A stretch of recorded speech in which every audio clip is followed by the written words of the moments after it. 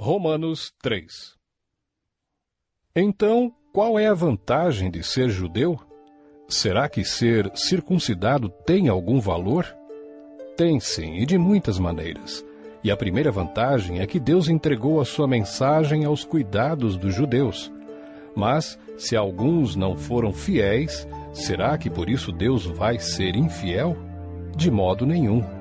Que Deus continue a ser verdadeiro, mesmo que todas as pessoas sejam mentirosas.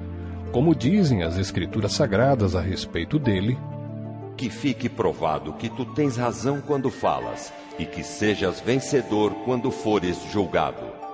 Mas se as injustiças que cometemos servem para mostrar que Deus age com justiça, o que é que podemos dizer? Que Deus é injusto quando nos castiga? Eu falo aqui como as pessoas costumam falar. É claro que não. Se Deus não fosse justo, como poderia julgar o mundo? Mas digamos que a minha mentira faz com que a verdade de Deus fique mais clara, aumentando assim a glória dele. Nesse caso, por que é que devo ainda ser condenado como pecador? Então, por que não dizer, façamos o mal para que desse mal venha o bem? Na verdade, alguns têm me caluniado, dizendo que eu afirmo isso. Porém, eles serão condenados como merecem. Então, será que nós, os judeus, estamos em melhor situação do que os não-judeus? De modo nenhum. Já mostrei que todos, judeus e não-judeus, estão debaixo do poder do pecado. Como dizem as Escrituras Sagradas: não há uma só pessoa que faça o que é certo. Não há ninguém que tenha juízo. Não há ninguém que adore a Deus. Todos se desviaram do caminho certo. Todos se perderam. Não há mais ninguém que faça o bem. Não há ninguém mesmo.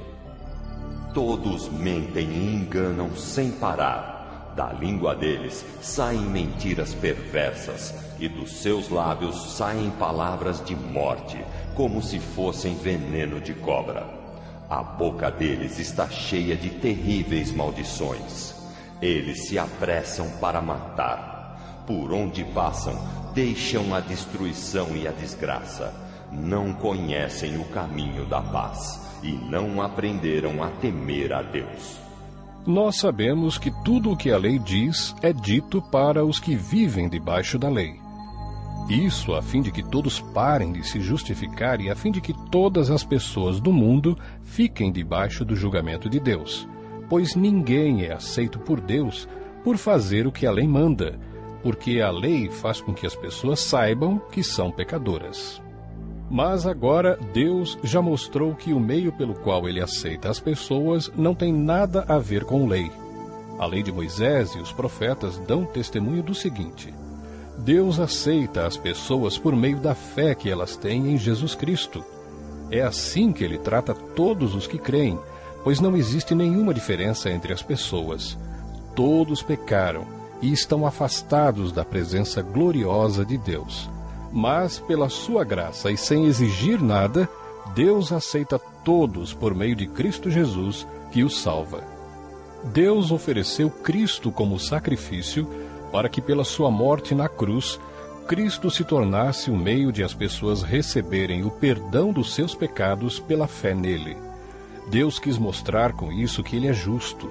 No passado ele foi paciente e não castigou as pessoas por causa dos seus pecados. Mas agora, pelo sacrifício de Cristo, Deus mostra que é justo. Assim, ele é justo e aceita os que creem em Jesus. Será que temos motivo para ficarmos orgulhosos? De modo nenhum. E por que não? Será que é porque obedecemos à lei? Não, não é. É porque cremos em Cristo. Assim, percebemos que a pessoa é aceita por Deus pela fé e não por fazer o que a lei manda. Ou será que Deus é somente Deus dos judeus? Será que não é também Deus dos não-judeus? Claro que é. Deus é um só, e aceitará os judeus na base da sua fé e também aceitará os não-judeus por meio da fé que eles têm. Será que isso quer dizer que, por causa da fé, nós tratamos a lei como se ela não valesse nada? Não, de modo nenhum. Pelo contrário, afirmamos que a lei tem valor.